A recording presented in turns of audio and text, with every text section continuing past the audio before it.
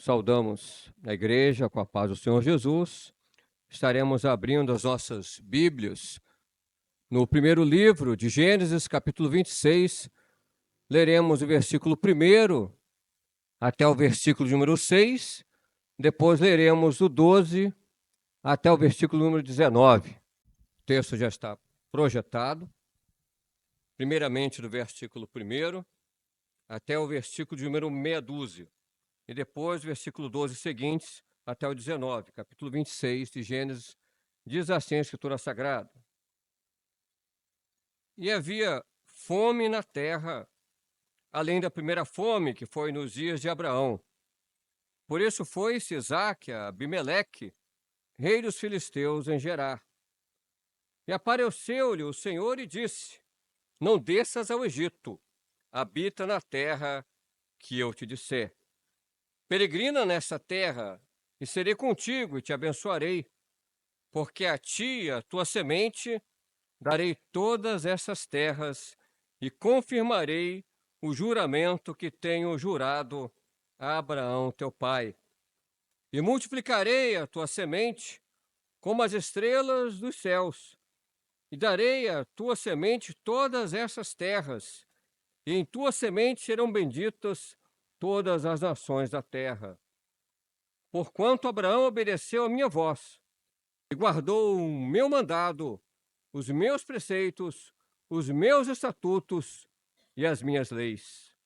Assim habitou Isaque em Gerar. Verso 12. E semeou Isaque naquela mesma terra, e colheu naquele mesmo ano 100 medidas, porque o Senhor o abençoava. E engrandeceu-se o varão, e ia se engrandecendo até que se tornou muito grande, e tinha possessão de ovelhas e possessão de vacas, e muita gente de serviço, de maneira que os filisteus o invejavam. E todos os poços que os servos de seu pai tinham cavado nos dias de seu pai Abraão, os filisteus entulharam e encheram de terra. Disse também Abimeleque a Isaque: Aparta-te de nós, porque muito mais poderoso te tens feito do que nós.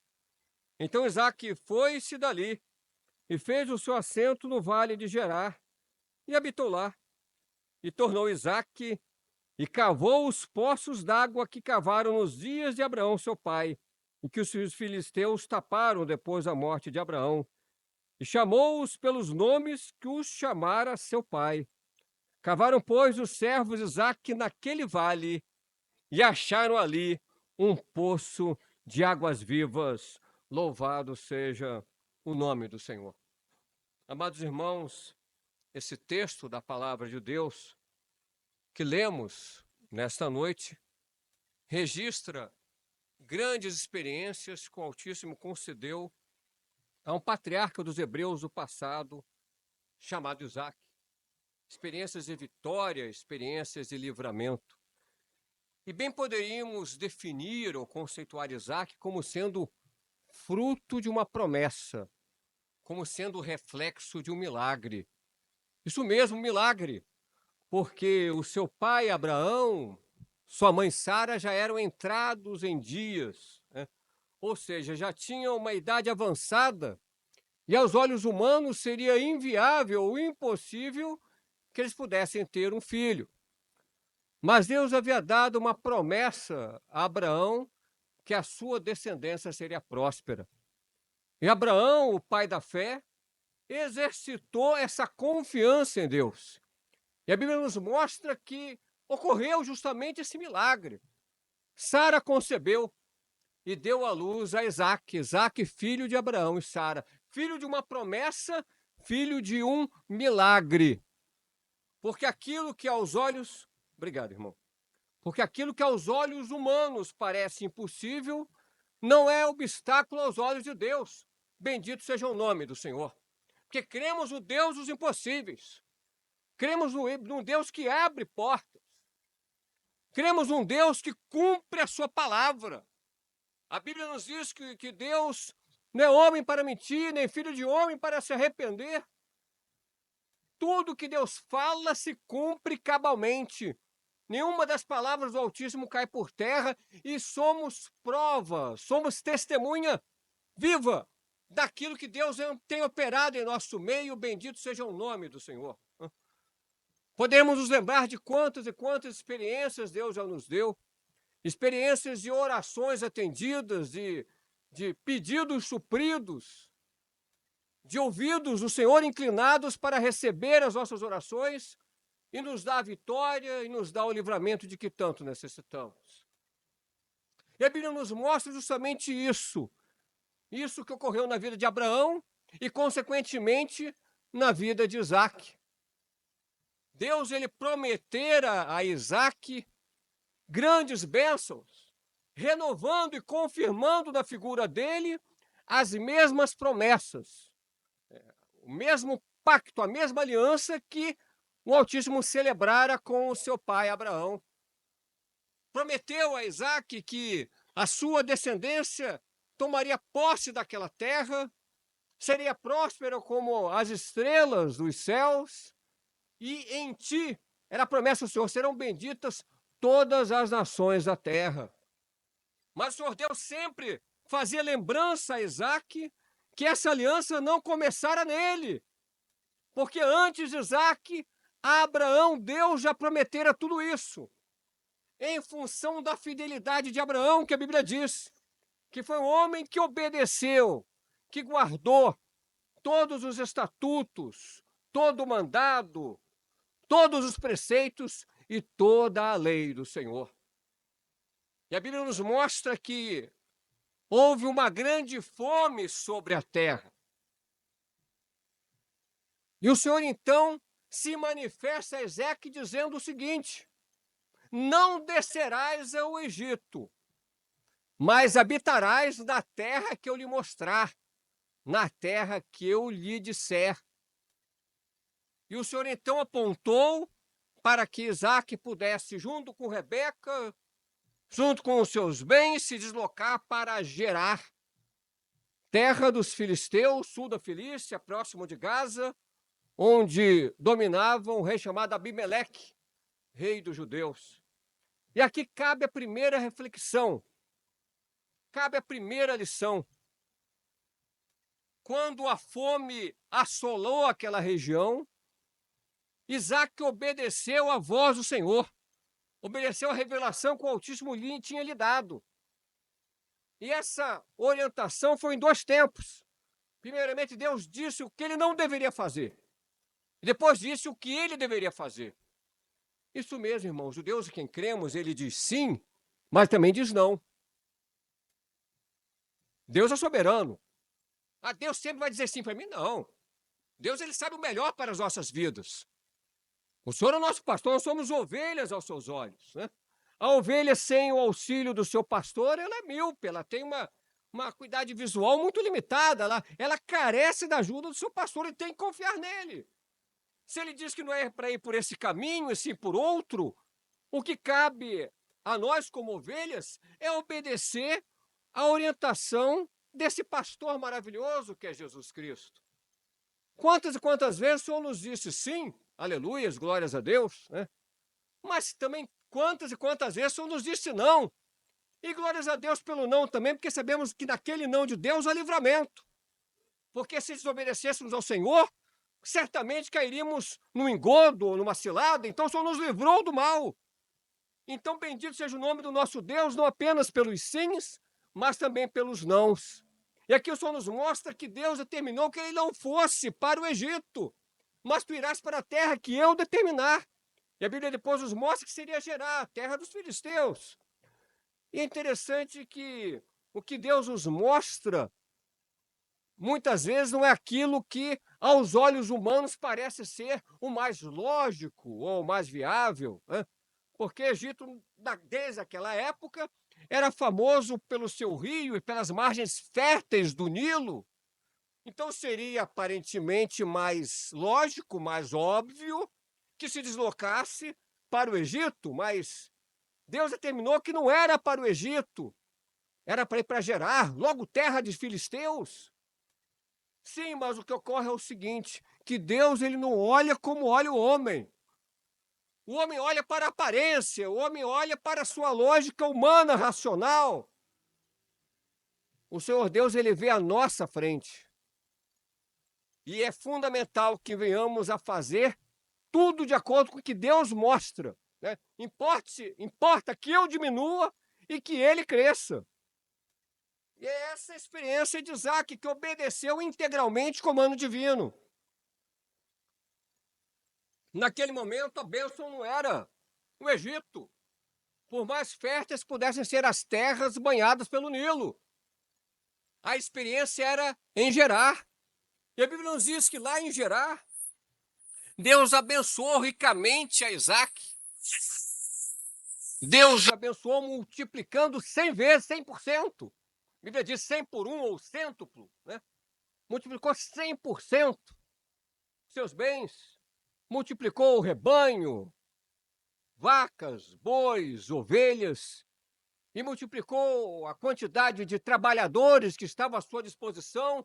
Ele prosperou muito na terra de Abimeleque, em Gerar. Mas, como diz um ditado, nem tudo são flores. A Bíblia nos mostra que ele enfrentou oposição naquele lugar. E as oposições, né, os obstáculos que enfrentamos, eles fazem parte do nosso cotidiano. Quando o Senhor nos chama para sermos crentes em Cristo, para sermos cristãos, Deus não está garantindo que não passaremos por tribulações. Muito pelo contrário. O Senhor Jesus disse que no mundo passareis por aflições. Mas o Senhor complementou dizendo: tende bom ânimo, eu venci o mundo, aleluias. E nós somos coparticipantes da vitória de Cristo. Não que haja algum mérito em nós mesmos, nenhum, não temos mérito nenhum. Se algum louvor a receber, esse louvor, esse agradecimento deve ser tributado ao autor e consumador da nossa fé, que é o Senhor Jesus Cristo. Então, na verdade, tudo nós podemos, não em nós mesmos, mas aquele que tem nos fortalecido. E os nossos pés têm sido fortalecidos nessa base, né, nesse escabelo, que é a rocha inabalável, que é o Senhor Jesus Cristo. Jesus Cristo é o fundamento da igreja. É Jesus que nos fortalece nos momentos de tribulações, nos momentos de dificuldade. E quais as dificuldades surgiram naquela época? Dificuldades que tinham raízes em Abraão. Os filisteus, que eram inimigos históricos do povo do Senhor, eles começaram a ter inveja da prosperidade de Isaac, a ponto do rei deles chegar para Isaac e intimá-lo: ó, sai daqui, saia daqui. A tua presença, utilizando uma expressão atual, non grata, né? Persona non grata, a tua presença aqui nos está dando desconforto. Nós não aguentamos a tua prosperidade. E os expulsou daquela região, a ponto de eles irem para o vale lá de Gerar e ficarem por lá. E a Bíblia também nos mostra que essa rixa, que essa inveja, que essa oposição dos filisteus, como já mencionamos, tinha raízes mais antigas, porque os filisteus já tinham sabotado os poços abertos pelo pai de Isaac, Abraão. Os servos de Abraão abriram vários poços, e aqui cabe um esclarecimento. Naquela época, em locais áridos, a necessidade de água era vital para a agricultura, para o rebanho, para a própria subsistência dos donos daquelas herdades, né? Sem água, sem vida. Sem água, sem rebanho, né? Uma sociedade agropastoril sem água não tinha nada, não teria economia, não teria vida, não teria nada. Então, era fundamental que poços fossem abertos, para que a água pudesse jorrar, para dessedentá-los e também dessedentar os seus animais, os seus trabalhadores, para irrigar as plantações, enfim. Sem água nada feito. Em função disso, Abraão foi um grande trabalhador nessa área de abertura de poços, né? Abraão, ele abriu vários poços através dos seus trabalhadores, mas esses poços eles foram enterrados, né? Foram soterrados pelos filisteus. Os filisteus lançaram terra e entulho, fechando todos esses poços. E aqui cabe uma reflexão, irmãos. Falamos que no mundo passaríamos por aflições, por tribulações. E o que nós percebemos é que os filisteus simbolizam justamente essa oposição promovida pelo mundo em que vivemos. Um dia tudo isso vai passar, porque seremos arrebatados, vai voltar, estaremos com o Senhor na eternidade. Mas enquanto ainda estamos como nômades dessa terra, apenas como passageiros, transeuntes, nós passamos por tribulações. Encontramos filisteus em vários locais. E muitas vezes o que acontece são problemas que surgem, são lutas que enfrentamos, são poços fechados. Quem sabe você está enfrentando o problema com um determinado poço fechado na tua vida, ou, no plural, alguns poços fechados na tua vida. Quem sabe o poço fechado está na sua vida familiar, quem sabe o poço fechado se encontra no seu trabalho, algum desafio, na sua vizinhança, no seu núcleo familiar, dentre os seus amigos.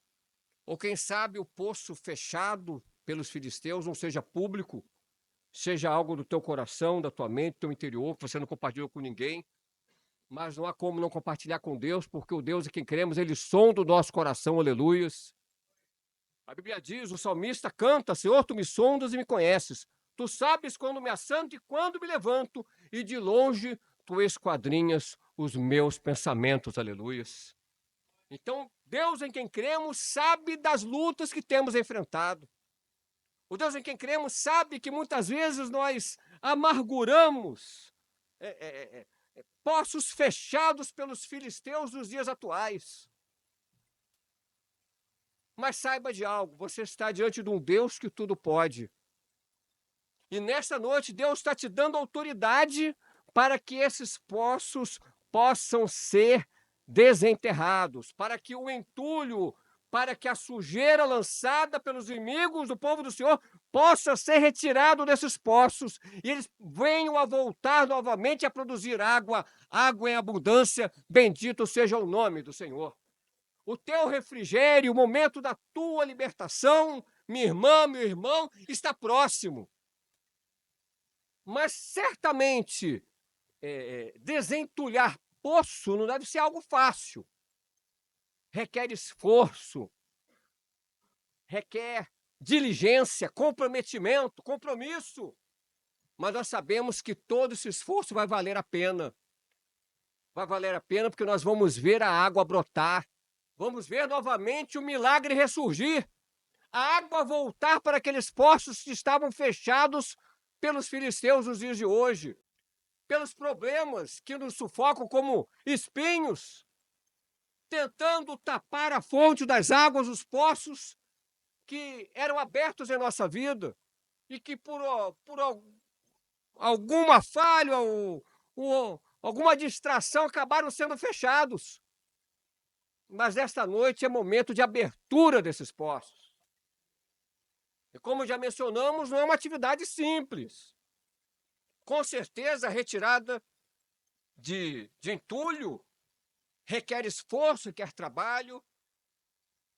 E podemos dizer que simbolicamente nos mostra o que devemos fazer nos dias de hoje, que é buscar incessantemente a face do Altíssimo.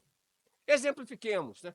Quando você dobra seu joelho na tua casa, você está desencavando o poço. Quando você busca o Senhor em oração, em jejuns, consagra a sua vida ao Senhor, se debulha em lágrimas aos pés do Senhor, você está retirando o entulho dos poços. Nesta noite, você está aqui presente na casa do Senhor, buscando a face do Altíssimo. Por quê? Porque a Bíblia diz que a nossa alma ela tem sede, sede de Deus, do Deus vivo, aleluias. E para que possamos aproveitar dessa água, é necessário que esses poços estejam sem nenhum tipo de obstáculo. E é exemplo que Isaac fez no passado através dos seus servos. Nós temos feito isso nos dias de hoje e temos provado do resultado do nosso esforço. Deus ele tem honrado a fidelidade do seu povo. E a areia, a terra, a sujeira tem sido retirado. E a vitória tem sido concedida. Você precisa de uma vitória no emprego, Deus vai dar. Uma vitória no meio familiar, no âmbito da amizade, no âmbito pessoal, ou no âmbito íntimo do seu coração, foro íntimo, alguma coisa pessoal, pouco importa o tipo de problema ou o tamanho do mesmo. O Deus em quem cremos, ele tem a solução precisa que vai se adequar à tua necessidade. E a água vai voltar a brotar nesses poços, porque assim nos garante a palavra do Senhor, aleluias. É o que a Bíblia nos mostra, né? Então Isaac foi-se dali, em função da pressão de Abimeleque, né? Ele não discutiu, não ficou batendo boca, nada. Ele sabia que Deus era o juiz da sua causa. Ah, falou comigo desse jeito, eu vou responder, vou retrucar, como diz, pagar na mesma hora. Não, não. Ah, para sair, tudo bem, saiu. Mas Deus estava com Isaac. Deus acompanhou Isaac. Ele foi dali e fez o seu assento no vale de Gerar, e habitou lá. E tornou Isaac e cavou os poços d'água que cavaram nos dias de Abraão, seu pai, e que os filisteus taparam depois da morte de Abraão, e chamou-os pelos nomes que os chamara seu pai. Fiquei pensando, por que será que Isaac não quis dar novos nomes aos poços, mas permaneceu com os nomes antigos, optou por conservar os nomes que tinham sido dados pelo seu pai Abraão? Por que que ele não vou dar agora um novo nome? Não, meu pai tinha dado esse nome, mas agora eu vou mudar. Por que que não ousou fazer isso? Por que será? Né? E é interessante o seguinte, né? Deus, quando se manifestava a Isaac, ele sempre lembrava do pacto de quem? De Abraão antes dele. Né? Abraão, teu pai, a promessa que eu fiz para Abraão, a fidelidade de Abraão. Ele não ousou dar novos nomes, até porque os poços não foram abertos por ele. Primeiramente, os poços existiam como trabalho pioneiro de Abraão. Claro que o trabalho dele foi importante, foi relevante, mas o que ele estava fazendo não era encontrar poços novos naquele momento, mas reabrir aqueles que já haviam. E por isso não fazia sentido aos seus olhos dar nomes novos para aqueles poços, mas revigorar os antigos, mostrando que a bênção que temos, ela decorre da obra redentora de Jesus, o Calvário. Foi ele com que fez com que inicialmente esses poços pudessem estar à nossa disposição. Ou seja, é uma obra que foi feita pelo Senhor primeiramente. Nós somos apenas herdeiros, né? Somos administradores de um bem que não é nosso, mas é de Deus. Então não nos cabe lançar um fundamento novo ou inovar naquilo que já foi pré-estabelecido por Deus. A Bíblia mesmo nos mostra, não mudeis os fundamentos, né? Ou seja, deixai os fundamentos antigos. Não mudamos os fundamentos, não alteramos os nomes, não inovamos, né? O poço já existia. Por respeito ao meu pai, pela memória dele, por respeito a Deus que sempre se lembra dele, eu vou manter os nomes originais. Ou seja, mostrando que a pujança daqueles poços iria voltar ao tempo de Abraão no passado. Deus, ele opera em nós uma obra completa, bendito seja o nome do Senhor. O nome original nos mostrava um retorno às experiências que foram dadas para Abraão. Nos mostrava, na verdade, um retorno ao momento anterior, quando Abraão era ricamente abençoado por Deus, e Deus em nenhum momento permitiu que Isaac esquecesse de quem ele era filho e das experiências que Deus concedeu ao seu pai. Manter os mesmos nomes significava tudo isso. Manter a mesma experiência, a experiência mesma. O Deus é o mesmo, o Espírito Santo é o mesmo. O Senhor Jesus Cristo é o mesmo. A Bíblia diz que em Deus não há sombra de variação. Né? Jesus Cristo é o mesmo ontem, hoje e o será eternamente. Por isso ele por questão de honrar a história daqueles poços e o significado dos mesmos, não ousou dar novos nomes, renomeá-los. Mas a Bíblia nos mostra que ele chamou pelos mesmos nomes que o seu pai Abraão o chamara. E a Bíblia continua. Verso 19. Cavaram, pois, os servos de Isaque naquele vale e acharam ali um poço de águas vivas ou de águas nascentes. Na verdade, acharam foi uma fonte. Não acharam águas estagnadas, águas paradas, mas acharam água corrente. Mas não apenas um simples veio de água, mas a fonte da água. E quando ouvimos falar de fonte de água, quando ouvimos falar de água viva, nos lembramos do refrigério do Espírito Santo. E quando ouvimos falar de batismo do Espírito Santo, nos lembramos daquele que batiza com o Espírito Santo, com fogo, que é o Senhor Jesus Cristo. E por falar em água, nos lembramos de um trecho da palavra registrado no Evangelho de João, quando da festa dos tabernáculos, né? Havia 7 festas registradas no Pentateuco, 9 se considerarmos a festa de Purim do livro de Esther, a festa da dedicação, também chamada de Hanukkah, que se comemora no final de cada ano, na época dos Macabeus, seriam 9, mas dessas 9, haviam 3 festas centrais, né? Que era a Páscoa, a Pentecostes e justamente a festa dos tabernáculos. A festa dos tabernáculos também era chamada de Sukkot, quer dizer cabanas em hebraico, porque durante a peregrinação no deserto havia um período em que eles tinham que dormir em cabanas, porque eram nômades. Então, quando se comemorava essa festa, eles ficavam durante uma semana em cabanas, para que eles pudessem se lembrar desse Deus que os tirou da terra do Egito rumo a Canaã, a terra que manda leite e mel. Então, era uma celebração da liberdade, da libertação que o Senhor proporcionou. E havia um detalhe, né? Essa festa ela era caracterizada também pelo derramar de água sobre o altar do santuário. Os sacerdotes vinham com os cântaros, com os vasos consagrados e, numa espécie de libação, de adoração a Deus, derramava aquela água diante do altar.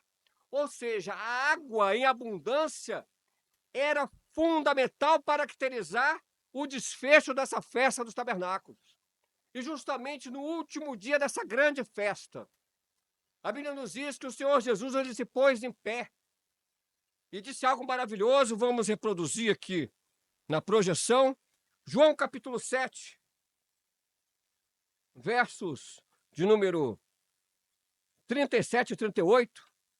Jesus, vendo a festa do tabernáculo, certamente observando o uso da água sendo derramada sobre o altar, ele disse o seguinte: e no último dia, o grande dia da festa, Jesus pôs-se em pé e clamou, dizendo: se alguém tem sede, que venha a mim e beba. Verso 38. Quem crê em mim, como diz a Escritura, rios de água viva correrão de seu ventre. O Senhor Jesus se colocou em pé e ele clamou, ou seja, ele bradou. Ele não falou baixinho, não, ele gritou.